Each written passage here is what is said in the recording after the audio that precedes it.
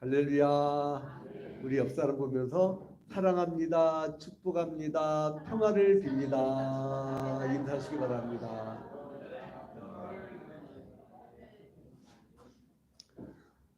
우리 최정숙 집사님이 매주마다 봤던 주간지 교인이었다가 계절별로 보는 개간지 교인으로 바뀌면 안 되는데 반갑습니다. 할렐루야.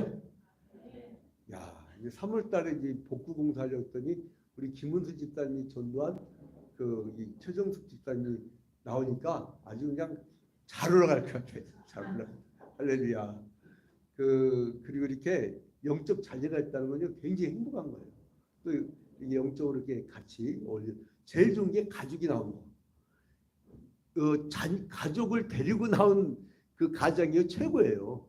나중되었지만 주님이 뭐라 했어요? 나중되었지만 먼저 된 자가 있다. 또 그리고 부모가 가자고 했는데 따라오는 자녀가 최고의 아들이에요. 최고의 자녀. 그리고 온갖 핍박을 다 하는데도 꿋꿋하게 혼자 열심히 나오는 또 아낙네들도 대단합니다. 아침에 나올 때 주일 아침에 얼마나 괴롭힌지 제가 상상이 가요. 이미 소천하시지만 어떤 성도는요 남편이 교회 나간다고 망치로 던진 분도 있어요. 어떤 분은 조모 권사님인데 오늘 이거 온라인으로 볼 텐데 성경을 박박 찍고 막 죽이겠다고 동네방네 소문 쫓아다니는데 동네가 다 소문나서 야 그러면서도 신앙생활을 했던 우리 성도들 이상하게 이 초이동이란 것이 제가 그 덕풍제를 개척했을 때는 3개월 만에 50명 출석하고 그 다음 해에 한 그 문화센터 인원들까지 150명 모여서 황수관 박사 초청에다가 개척 2년 차 때는 이 특강도 하고 문화센터 막 그다음에 이 중학생 공부방 한 50명 이래갖고 바글바글 됐었거든요. 근데 이 초이동은 희한해. 이 목회 선수가 들어왔는데도 정말 버거워요. 여기 큰 교회 2교회가 들어왔다가 다 나가버렸어요. 그것도 쫄딱망해가지고. 그리고 웬만한 교회들 들어왔다가 다 막 그러잖아요. 유일하게 오랫동안 버티는 교회가 이 초이화평 교회예요. 여기 뭔가 있나 봐. 그러니까 하여간 하나님이 우리를 크게 쓰려고 연단하는 줄로 믿습니다. 우리 끝에다가 끝까지 버팁시다. 하나 더 추가하죠. 다시 사랑합니다, 축복합니다, 평안을 빕니다. 끝까지 버팁시다. 자, 시작. 사랑합니다, 축복합니다, 평안을 빕니다. 끝까지 버팁시다. 그리고 또 하나를 더 붙입니다. 이제 잘 외웠으니까 제일 마지막에는 끝까지 버틴 당신 참 아름답습니다. 이거 글 마무리합니다. 자, 시작. 사랑합니다, 축복합니다, 평화를 빕니다. 끝까지 버팁시다. 끝까지 버틴 당신 참 아름답습니다. 예전에 우리 이렇게 예배당 에서 예배하는 모습을 이렇게 사진을 찍어서 제가 SNS에 올린 적이 있어요. 그런데 뭐냐면, 이야, 그 외진 마을의 교회 성도들이 이 자태와 용모가 강남 스타일이에요. 강남 스타일. 근데 그러고 보니까 진짜 강남 스타일이에요. 자, 근데 여러분, 우리가 이 외모란 거는요 얼마 안 가요. 100년 뒤에 우리 만나면 어떻게 될까? 육신적 결혼. 어떻게 우리 그 김종성 선생의 그 부모님들 다 낳았나요? 아유, 2주 동안 얼마나 고생 많았어요. 요즘에 독감 유행이야. 지금 또 전기분 성도는 홍천 갖고 서운남 집사하고 김용택 집사님은 지지난주는 청주를 갔는데 또 그분들도 아팠고 또 우리 이종현 집사님도 이게 언제더라? 한 3주 됐나? 그때 막 아주 깡깡 앓다가 살아났고 우리 아들은 코로나19 걸렸어요. 그래서 지금 낳았는지 안 낳았는지 근데 같이 밥을 먹어버렸네 내가. 낳았어요. 아무튼 이제 이런 시대인데 우리가 이 외적인 거 막 우리가 추구하고 하는데 그게 얼마 안 가요. 그런데 유구하게 흘러가는 역사가 있으니 그게 뭐냐면 구원사예요. 구원의 역사. 하나님은 구원의 역사를 쭉 펼쳐가고 계세요. 우리가 따라오든 따라오지 않든 우리 전도 대상자들이 오든 안 오든 하나님은 하나님의 역사를 펼쳐가고 계십니다. 근데 우리가 하나님의 말씀에 불순종하여서 에덴 동산에서 우리가 죄를 짓고 죽음이 들어오고 우리가 버림을 받았잖아요. 근데 집 나간 자식을 하나님이 계속 찾았단 말이에요. 그리고 너희들을 구원할 메시아를 보낼 텐데 그게 예수 그리스도다라고 구약 내내 예언했어요. 그리고 이제 예수께서 이 땅에 오셨는데 이 땅에 오시고 예수께서 유아기 때에 세 가지 사건이 납니다. 예수 그리스도께서 유아기 때. 자, 그러면 예수님이 30세부터 공생에 들어가죠. 그 33세에 그 십자가 달려 죽으시잖아요. 엄밀하게 말하면 이때까지를 구약으로 봤어요. 구약 시기. 그죠? 구약 시기. 이때부터 이제 신약의 시기로 접어들게 돼요. 그러면 예수님의 유아기는 구약 시대의 문화입니까? 신약 시대의 문화입니까? 구약 시대의 문화예요. 구약 시대. 그래서 이제 이때 유아기 때 율법에 대해서 철저히 준수하는 모습이 나와요. 여러분 삶의 원칙이 있죠. 나는 주일 성수할 거야. 주일날은 무슨 일이 있어도 절대 다른 약속을 잡지 않을 거야. 삶의 원칙이 있잖아요. 원칙. 우리 가문은 역사 이래로 주일 성수를 어긴 적이 거의 없는 가문이에요. 할아버지 목사님으로부터 해서 온 가문 다. 우리 일촌까지도. 그러니까 아예 분위기가 아예 그려버리니까 그 결혼 상대자는 땅 안 봐요. 조건 안 봐요. 주일 성수 잘하는 신앙 좋은 사람. 이것만 봐요. 자, 그런데 아무튼 이 유아기 때 세 가지 사건이 나는데 첫 번째로는 오늘 누가복음 2장 15절부터 20절에 보면 누가 나오냐면 목자들이 나와요. 목자들. 그래서 밤에 지키던 목자들. 유아기 때 세 가지 사건인데 첫 번째로는 목자들이 양떼를 지키던 목자들이 이제 예수 탄생의 소식을 들은 모습이 나와요. 그게 어디냐? 누가복음 2장 15절부터 20절까지. 근데 두 번째로는 이때 이제 이 시기를 그려야 되는데 구약 시대 율법에 의하면 아기가 태어나면 출생을 하면 8일째 누가 벌써 답을 얘기해버렸는데 8일째 그리고 31일째 그리고 33일째 남자는 33일 여자는 60일 이렇게 요 세 가지 그 규례를 지키는데 그래서 이제 예수님이 8일째 되던 해에 이 부모들이 율법의 규례에 따라서 성전에서 할례와 각종 결례를 행하는 모습이 나와요. 이게 그 21장부터 21절부터 25절.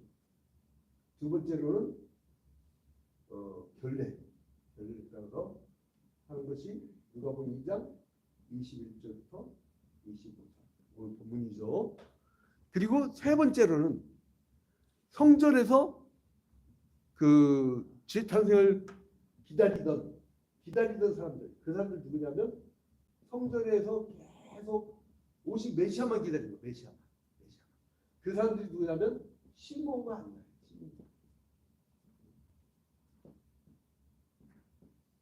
이제 교회 처음 나온 사람들은 이거를 하나하나 들어야 돼요.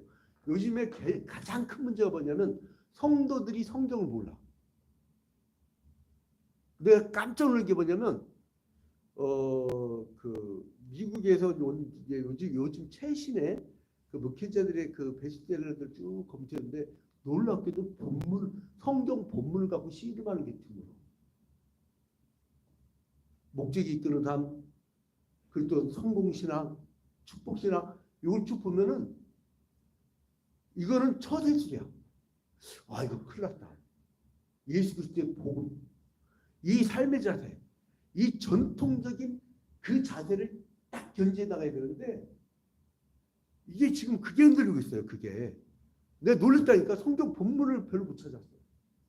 그래서 이제 중요한 게 뭐냐면 여러분, 지금 이 시몬과 안나라는 이름, 자, 그 구약 시대 때는 예수 그리스도의 유학시 때는 세 가지 사건인데, 첫 번째는 목자. 그 들판에서 천사들이 얘기하는 거 있죠.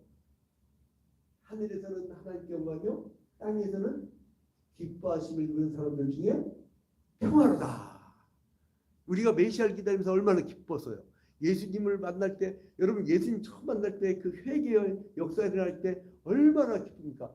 눈물 펑펑 흘리면서 막 기도한 다음에 얼마나 행복해요.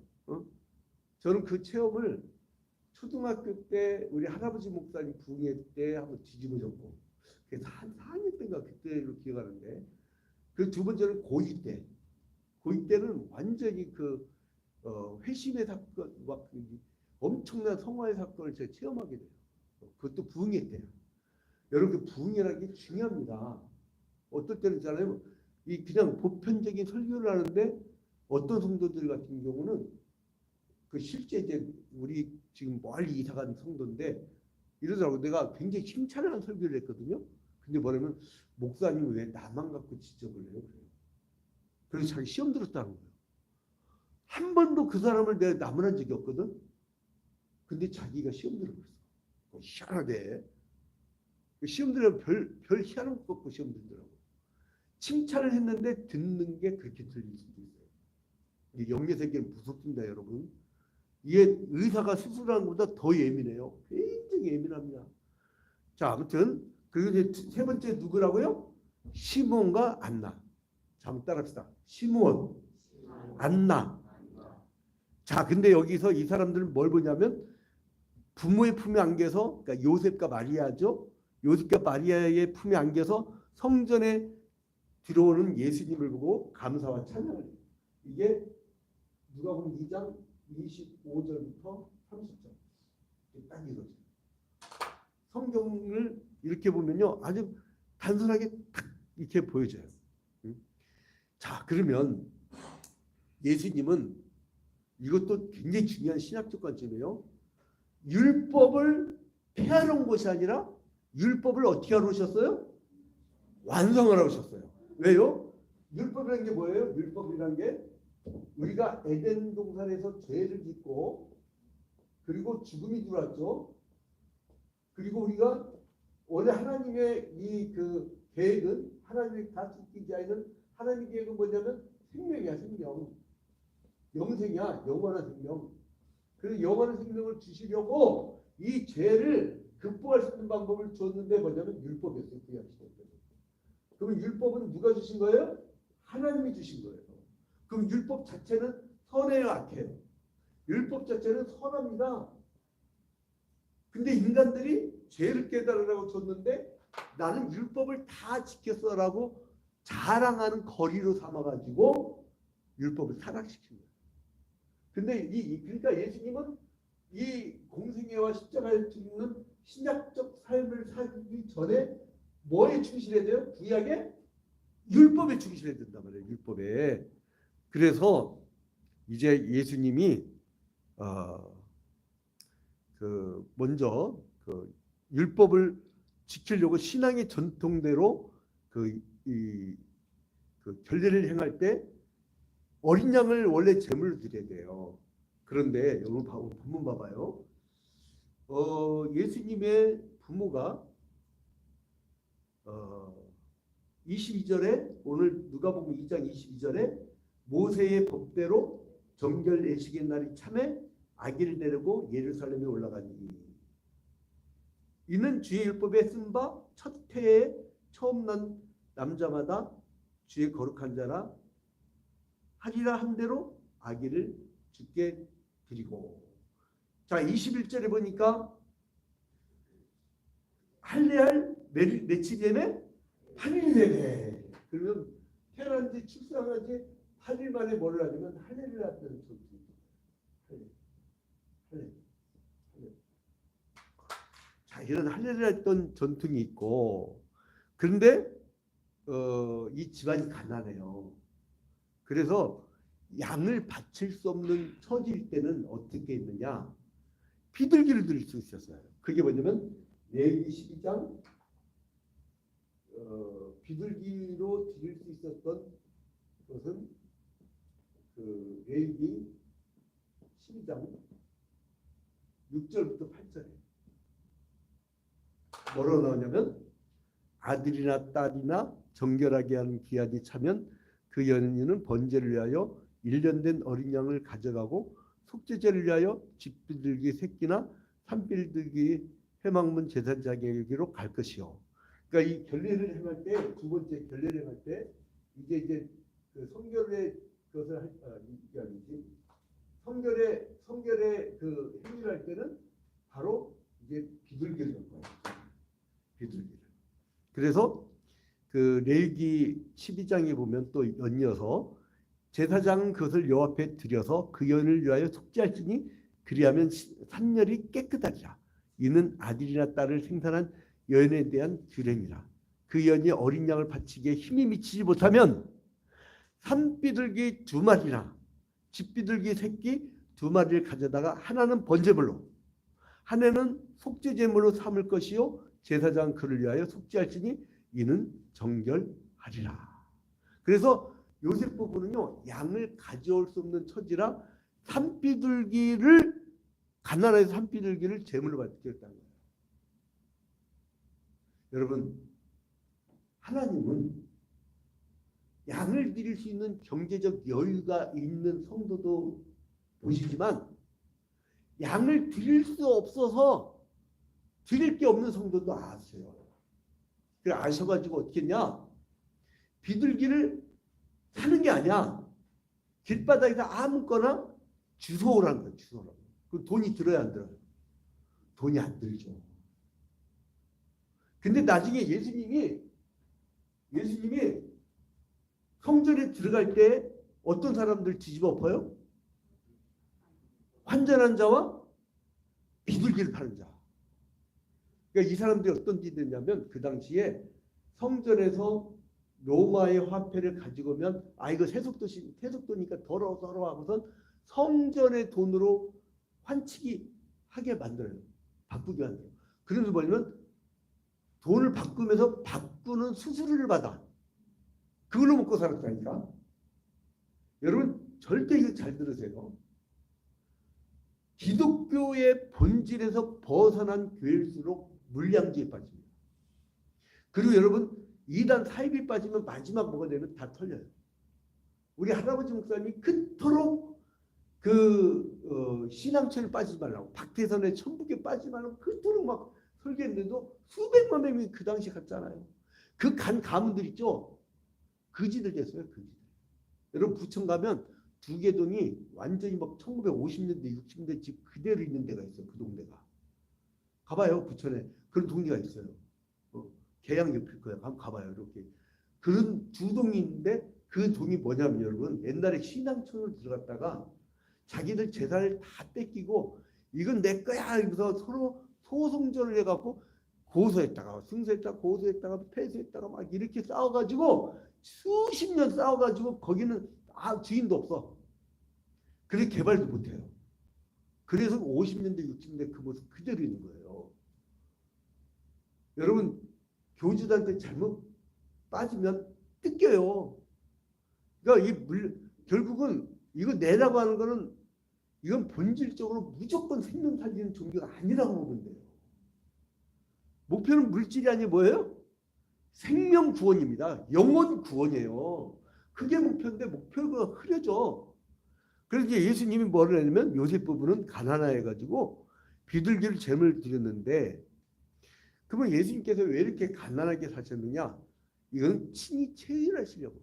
히브리서 4장 15절에 보니까 히브리서 4장 15절에 이렇게 이제 가난하게 비둘기를 바칠 수밖에 없는 그 처지에 대해서 그 나중에 히브리서 기자가 히브리 4장 15절에서 이렇게 부자들 채우란 게 아니라 가난한 사람들 채우란 거예요.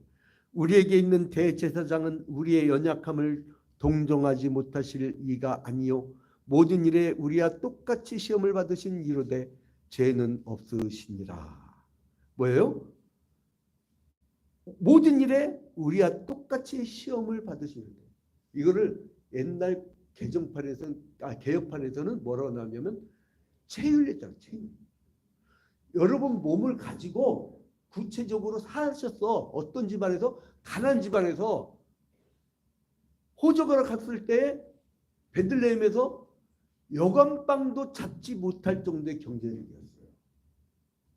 그리고 사람들로부터 여러분 사람 있잖아요. 갈 곳이 없을 때 정말 들어가 잘 곳도 없어. 저 불났을 때요. 화재 사건 났을 때 노예에다가 간곡히 부탁해갖고 선교사들만 딱 한 달씩만 묶을 수 있는 것을 무려 제가 좀 백을 써가지고 3개월 동안 있었는데 이제 기한 됐으니까 나가라고 하는데 갈 데 없는 거야. 이제 막막하더라고요. 고시원 얼마냐 했더니 30만 원, 50만 원. 야, 근데 요즘에 젊은 아이들 그 쥐꼬리만 원 월급 받고 뭐 원룸 50만 원, 막 70만 원 이렇게 내고 아이들이 뭐가 돼 있어요. 이거 참 우리나라 이거 대책을 써야 돼. 젊은 아이들 막 결혼해라, 뭐 출산 저출산 문제 극복 그 얘기하기 전에 주택 문제 해결해야 돼. 아무튼간에 원점으로 돌아가지고 이 예수님은 왜 그랬겠냐? 우리와 똑같이 체휼하려고. 그러니까 우리를 아셔요, 여러분. 여러분 속 타잖아요. 요즘 경제적으로 어려워질 수밖에 없는 게 뭐냐면 우리나라의 주식 시장했던 게 일본을 쫙 갔다며. 그 일본은 막 증시가 막 아주 화랑 역대 최고야. 근데 우리나라는 역대 최저야. 근데 아무튼 이게 이동을 했는데 얼마나 그러니까 총 돈이 없다는 거, 총 얘기 없다 보니까 다 어려워. 그러니까 안 봐도 비디오예요. 안 봐도 저 이렇게 호래하게 밖에 산다 해서 제가 막 풍성한 것 같죠. 제가 오늘 그 연구소 뭐 포럼을 하는데 내가 돼지저금 팅자를 탁 털어갖고 100원짜리 500원까지 막 다 모아가지고 이렇게 모은다니까요. 그런데도 뭐예요? 주님이 워낙 동행하다 보니까 기쁘니까 항상 이렇게 밝고 뭔가 있어 보이는 거지. 여러분들 그런 체험 있잖아요. 아무튼 그래서 예수님이 탄생에서부터 주님의 모습 통해서 우리가 그분이 나를 체휼했다는 게 큰 은혜가 됩니다. 주님이 나를 아실 거야. 주님도 그렇게 사셨지. 양을 못 바쳐서 피들기를 바치셨지. 이제 이런 생각이 드는 거죠. 그래서 이제 주님이 받으신 그 할례와 결례가 뭐냐면 21절부터 24절이 나온다 했죠. 결례가 21절부터 25절. 근데 여기서 보면 이 남자 아이를 낳을 때 세 가지 의식을 취해요. 그게 뭐냐면 8일째, 31일째, 33일째, 60일째 여자예요. 근데 이제 그래서 8일 한번 따라합시다. 8일째, 31일째, 33일째. 그리스도인인데 교회 다니는데 요 기본적인 거 구약 시대 때 아이를 낳으면 세 차례에 걸쳐서 그 예식을 행한다는 그 정도는 알아야 되잖아요.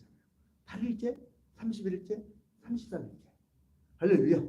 네, 이제 그렇게 외우면 돼요. 그 첫 번째를 뭘 했다고요? 할례. 할례는 뭐예요? 이제 이 두 번째에서 결례에서 할례. 첫 번째 할례. 그러니까 할례는 8일째. 이건 뭐냐면 그 아브라함과 하나님이 언약을 맺으면서 이 율법을 그러니까 구두의 율법이죠. 뭘 하시냐면 이 언약의 백성의 표시예요. 한번 따라합시다. 할례는 언약의 백성의 표시. 근데 할례는 어떻게 하는 거예요? 그러면 참 여기서부터 곤란해. 여성도들이 없을 때만 내가 얘기를 시켜 남자들만. 네? 근데 이게 전문 용어로는 누가 그런다고 내가 참 이런 식으로 얘기를 했지 한번 다른 데서 그 특강을 하다가 이렇게 말씀을 드렸더니 저 뒤에 앉았던 여자분이 한국말로는 고래 잡는 거예요 그러더라고요. 고래 잡는 거야. 네? 한국말 고래 잡는 건데 그거예요 그거. 그러니까 이 남자들한테 행하는 것이 그건데 이건 이제 언약의 백성을 표시하는 거예요. 그러니까 유대인이라면 노예까지도 누구까지도 노예까지도 이 할례를 행했단 말이에요.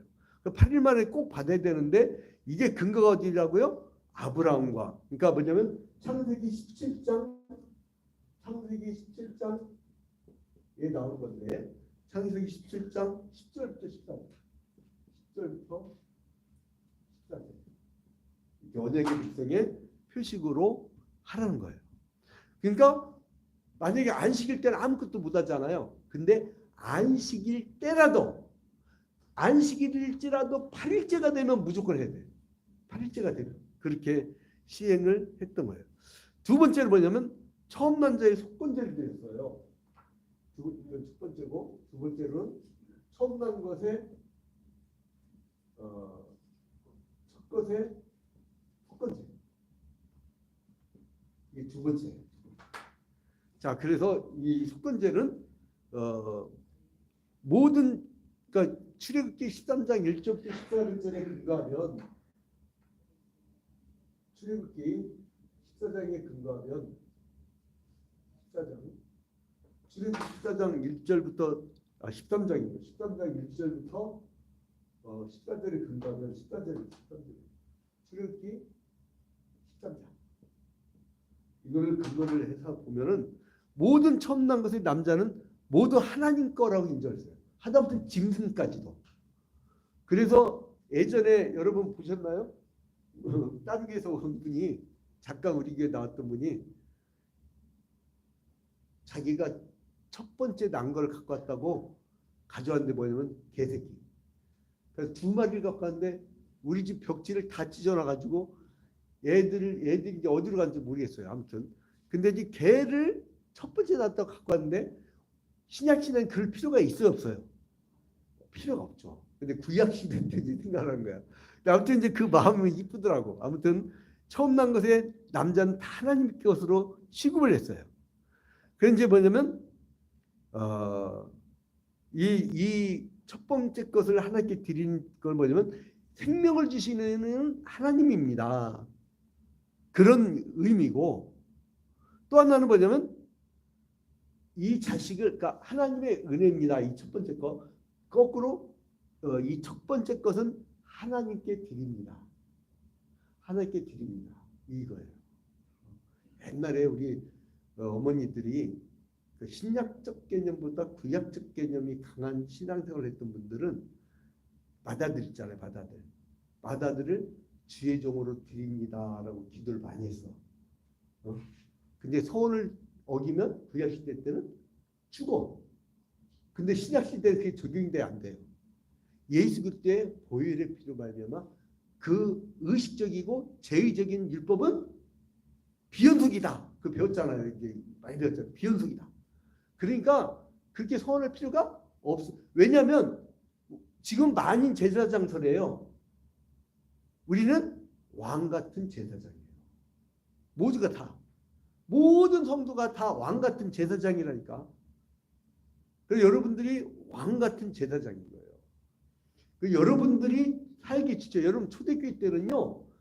직분상 직책을 나눈 것뿐이지 여러분 스데반 집사가 뭐하다 죽었어요? 복음 전하다가 그걸 가지고 우리 선배 중에 김석우 수장이라고 관악 동장 그 교육장 출신이었던 분이 뭐라면 양 목사님 스데반이 왜 죽은 줄 알아요? 왜 죽었더니 설교 길게 해서 그러더라고요. 아, 그 말 듣고 내가 설교를 길게 할 수 있어 말이지. 돌맞이 줄까 봐. 근데 아무튼 그 스데반 집사가 뭐하다 죽었어요? 복음을 전하다가 거의 설교급이야. 복음을 잘 외운 거예요. 막 성령 충만하면 어떻게 되냐면 여러분 우리 교회와 3년 반 다니면 완전히 꾼들됩니다. 꾼들. 왜 그런 줄 아세요?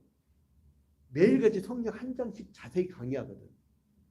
어떤 성도들은 막 바쁜데 출근 바쁜데 내가 너무 설교 길다고 중간에 나가고 싶은데 막 그냥 근데 어떻게 줌으로 들어서 사람들 꼼짝마야. 끝날 때까지. 근데 이제 유튜브나 페이스북은 들고 가면서 이렇게 출근하면서 볼 수가 있나 봐요. 근데 아무튼 자세하게 그러면은 6시에 못 들어왔다. 그러면은 점심 먹을 때도 볼 수 있고 저녁 식사할 때도 볼 수 있고 그리고 혹은 가정끼리 저녁에 모여갖고 그 화면 보면서 가정 예배해도 되고 요즘에는요 꼭 6시가 아니어도 되더만 요즘엔 페이스북으로 들어왔던 성도들 오늘 안 들어온 것 같아요. 그러면은 뭐라면 그쪽에서 뭐라면 그 비주에서 문자가 오죠. 미국에서 문자가 오면은 뭐라면 나 오늘 오후에 봤어요. 그러더라고요. 그 시간 난 잘 시간이라 우리가 새벽 기도할 때 또 거의 잘 시간이야. 그러니까 꼭 이 시간의 개념이 아닙니다. 여러분 지금 요즘에 커뮤니케이션이요. 여러분 예전에 텔레비전 보려고 하면 그 시간을 기다렸잖아요. 개그 콘서트를 보려면 주일날 저녁 10시 반을 기다려야 돼. 그죠? 근데 요즘에는 유튜브로 들어가고 내가 개그 콘서트 치면 아무 때나 볼 수 있어. 시대가 바뀌었어요. 시대가 바뀌었어요. 그리고 이제 몸을 움직여갖고 교회를 왔잖아요. 안 움직여요. 어제 그저께도 우리 셀모임을 하는데 우리 좌장 김종순 집사가 이제 그 셀모임 좌장을 맡은데 강일동, 상일동 그리고 뭐 그 멀리 사는 원주 이런 데 이렇게 모이잖아요. 이렇게 이제는 굳이 여기를 안 해도 돼. 그래서 시대가 완전히 바뀌었습니다. 자, 근데 아무튼 이렇게 짐승까지도 첫 것을 드렸다. 이게 속건제를 드린 거예요. 그러니까 이거는 주님 것입니다라고 하는 거예요. 그러니까 처음 난 아들에 대한 속건제는 뭐냐면 은 5세겔로 드리라고 민수기 18장 16절에 나와요. 은 몇 개? 은 몇 개? 5세겔. 민수기 18장이 나와요.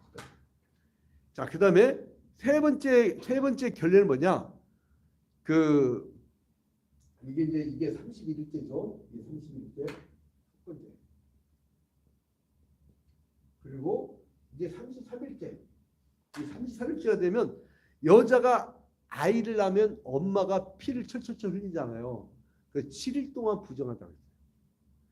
그래 피를 흘린 여인과 동침하지 말라고 했어요. 부정한다고 했을 때 어우 더러워 이런 개념이 아니고 하여간 좀 약간 개념이 달라요. 이 표현하기 애매한 거예요. 7일 동안 부정한다고 했는데 그 위에는 일상생활을 할 수 있지만 남자를 낳으면 며칠까지는 성소에 가거나 성물을 만지지 못했냐면 남자는 30일 때까지. 그리고 여자는 66일. 66일. 여자는 남자는 33일까지. 여자는 66일까지 뭘 못 만진다고요? 성물이나 성소로 들어갈 수가 없었어요. 이제 여러분 이게 관념이 쫙 들어야 돼요. 이래야 이제 시몬과 안나에 대한 얘기가 다음 주에 펼쳐질 때에 이걸 이해를 할 수 있어요. 그러니까 성경은 그냥 쓰여진 것이 아니라 예수 그리스도의 공생의 사역을 위해서 미리 하나님께서 만세전에 계획을 하셨어. 여러분 그냥 함부로 여러분들이 살 수가 없는 게 뭐냐면 내가 그냥 던져진 게 아니에요. 이 우주에다가 던져진 게 아니고 하나님의 은밀한 계획 속에서 여러분이 만들어졌다는 거예요. 그래서 이것이 바로 이제 아까 비둘기 나왔죠. 아까 읽었던 그게 바로 뭐냐면 자녀를 정결케 하는 기간이 끝나면 1년 된 어린 양이나 집비둘기나 산비둘기를 취해서 이제 속죄하여 산열이 깨끗해진다. 그래갖고 이게 레위기 12장 이게 성결의 기이죠. 이게 레위기 14 이렇게 됩니다. 자 이제 그래서 이런 전통적인 의식을 하나님은 예수 그리스도께서는 무죄하기 때문에 행할 의무가 없었지만 율법 아래 나셨고 율법의 요구를 충족하시면서 예수님은 율법대로 그걸 그대로 시행하셨어요. 그러니까 십자가에 달려 죽을 때도 뭐예요? 율법의 제사를 드리는 것처럼 어린 양, 유월절 어린 양이 돼서 단번에 그 제사를 완성하신 거 아니에요. 그리고 우리 죄를 사해 주신 거 아니에요. 응? 그래서 이제 이 부모도 모든 의식을 율법에 따라서 그대로 행하게 됐는데 그래서 이제 1절에 나오는 첫 번째 할례 첫 번째, 그리고 또한 성결의 의식, 이 세 가지 8일, 31일, 33일, 66일. 여기에서 이 할례를 먼저 또 자세히 보겠습니다. 21절 봐봐요. 오늘 누가복음 1장 22절, 21절. 8일 만에 할례를 받고 그 이름을 뭐라고 했어요? 예수라 했다. 그러니까 뭐예요? 예수님의 이름이 언제부터 붙여진 거예요? 8일 할례 예식을 할 때 예수님의 이름을 이제 얻게 된 거예요. 자, 그래서 이제 이건 뭐냐면 그가 율법을 무시한 것이 아니라 율법을 완성하신 거예요. 그 율법에 의해서 할례를 받으신 거예요. 그래서 갈라디아서 4장 4절에 이걸 이렇게 표현해요. 이게 할례 받으신 거에 대해서 평가를 나중에 이렇게 하는데, 갈라디아서 4장 4절에서 평가해요. 어떻게 평가를 하냐면, 때가 참에 하나님이 그 아들을 보내사 여자에게서 나게 하시고 율법 아래에 나게 하신 것은 율법 아래에 있는 자들을 속량하시고 우리로 아들의 명분을 얻게 하려 하심이라. 때가 참에, 이제 영어 성경에서 뭐라고 하냐면 but when the set time, 그러니까 그 때를 세트했잖아요. 그 다음에 뭐예요? had fully come, 그러니까 그 오실 날이 꽉 찼다는 거예요. 그러니까 우리가 죄를 짓고 죽음 아래 있었고 율법 아래 있었고 제사를 통해서, 그래서 구원을 받는 구약의 시대가 맨날 우상 숭배하고, 그 남유다에서는 므낫세라는 왕이 우상 숭배하고, 북이스라엘에서는 아방이 최고로 극단적인 나쁜 왕이었죠. 그 바알의 선지자 400인과 아세라 선지자 450인과 갈멜산상에서 엘리야와 전투를 하잖아요. 영적 전쟁을 벌이잖아요. 하늘에 불이 떨어지는 그때의 인원 봐봐요. 바알의 제사장이 400명이야. 왕궁에 이 무속인이, 이 우상숭배자들이 바알의 제사장 400명, 아세라의 제사장은 450명, 850명. 이게 그 사람들이 국가를 다 경영했다니까. 하나님 멸망시키겠어요? 멸망시키겠어요? 예? 멸망시키죠. 그래서 이제 결국은 이렇게 멸망시키겠지만 하나님께서는 늘 뭘가 목표라고요? 영원한 생명을 주신 게 목표이기 때문에 예수 그리스도를 우리에게 주사 이 꽉 찼을 때 fully come, 꽉 차갖고 이제 끝났어. 구약의 인간의 노력 갖고 안 돼. 니들 율법을 줬는데 니들 그 율법 갖고 니들 해내지 못했어. 그래서 이제 때가 꽉 차가지고 그때에 정결의식을 받으러 예수께서 하는 거죠. fully come. 이 때가 참 그때에 주님 오신 거예요. 이제 역사도 있잖아요. 그걸 초림이라고 하잖아요. 초림. 첫 번째 온 거. 예수님이 다시 오실 때, 재림 때는요. 이때는 또 마지막 징조가 요한계시록 말씀대로 꽉 찹니다. 아마겟돈 전쟁과 그리고 불시험과 성도들이 그동안 체험하지 못했던 그 시험들, 일곱인 일곱대전, 일곱 나팔이 울려 퍼지면서 사람들이 온갖 시험을 다 당하는 엄청난 시기가 온다니까요. 그 훈련을 받으려고 여기 있는 거예요.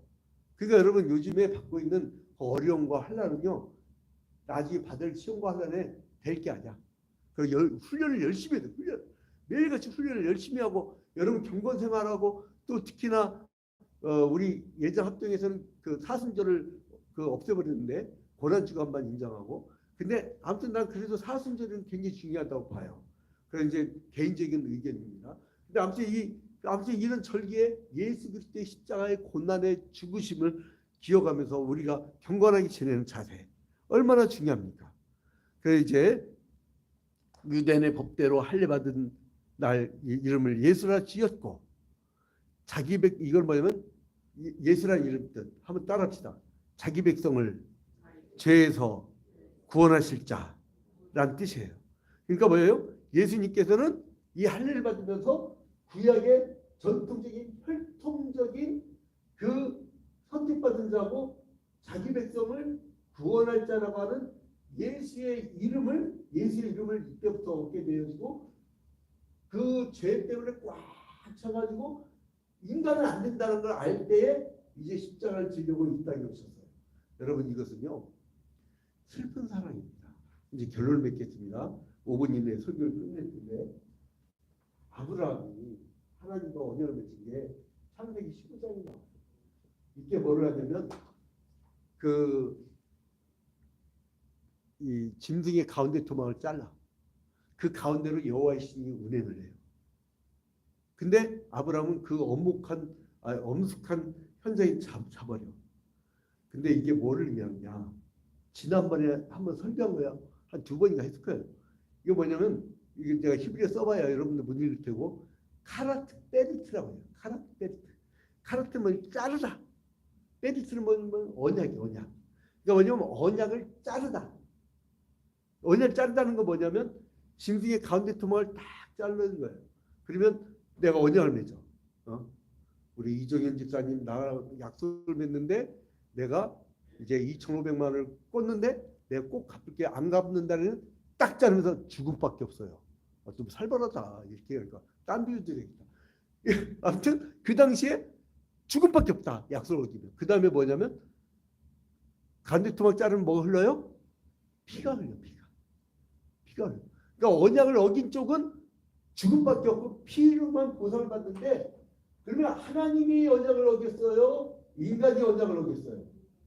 인간이 언약을 어겼잖아요. 그럼 인간이 어떻게 돼요? 가운데 토막을 잘리고 그 가운데 피를 흘려요. 근데 창세기 15장에서 그 가운데 토막 잘린데 인간이 지나가요? 하나님이 지나가요? 하나님이 지나가요. 니들이 죄를 짓고 니들이 다 죽어야 되고 니들이 심판을 받고 니들의 인생은 다 끝나야 되는데 차라리 내가 죽어줄게. 어머니들 있죠. 어머니들. 아버지들 사랑하고 좀 달라요. 어머니들. 자식이 내 앞에 죽어갈 때 내가 뛰어들어서 아이를 빌면 사는데 그러면 내가 죽어. 그럼 엄마들은 어떻게 할까요? 엄마들은 애를 빌고 자기가 죽어요. 그 슬픈 하나님의 사랑. 그 슬픈 하나님의 사랑이 이제 그 당신의 아들을 이 죄악 가운데 있는 인간들을 구하기 위해서 하르트 베리트 그 언약을 지키려고. 왜요? 아브라함과 약속할 때 가운데 토막 자르면서 거기에 여호와의 신이 운행한 것처럼 차라리 니들이 범죄해서 니들의 죄를 해결하지 못하면 내가 차라리 죽어줄게. 니들이 예배 시간에 똘망똘망하거나 자다가 코 골거나 어떠든지 간에 내가 너희들 위해서 죽어줄게. 여러분 이렇게 가운데 토막을 자를 때 여호와의 신이 운행한 그 슬픈 사람. 언약을 어긴 쪽은 인간인데 우리를 위해서 십자가에 달려 죽으신 거예요. 하나님은 너무나 철저한 사랑이야. 근데 우리는 너무나 무감각해. 길거리에서 피를 물어도 주님이 십자가에 달려 죽으셔도 성찬식을 해도 와닿지가 않아. 왜요? 성령이 예수 그리스도의 영이 내주하셔야 되는데 내주하지 않아. 이거 큰일입니다. 살아있으나 죽은 자라고 했어요. 왜 여러분에게 성령 받으라고 왜 예수를 영접하라고 왜 주님과 동행하는 삶을 살라고 하냐면 이 영역 안에 들어오지 않으면 지옥 불못에 빠진다고 분명히 얘기를 했어요. 여러분 그래서 오늘 우리가 결단을 해야 돼요. 시바치 박사가 얘기했듯이 매일같이 종말론적 결단을 내리는 신앙. 여러분 오늘은 주님의 그 슬픈 사랑 내가 이해했어요. 예수께서 할례를 받은 것처럼 거룩한 백성으로 나도 거듭나는 영적 의식을 하겠나이다. 주님 나를 붙잡아 주세요. 나에게 성령 보내주세요. 나 성령 충만케 해주세요. 예수 그리스도를 영접할 수 있도록 내 마음을 엽니다. 우리 다 같이 기도할 때 주님 나를 좀 살려주세요. 주님 나를 구원해 주세요. 주님 영원한 생명 얻도록 인도하여 주세요. 그리고 또한 이 복음을 전할 수 있도록 인도하여 주세요. 우리 다 같이 기도하는 시간을 갖도록 하겠습니다.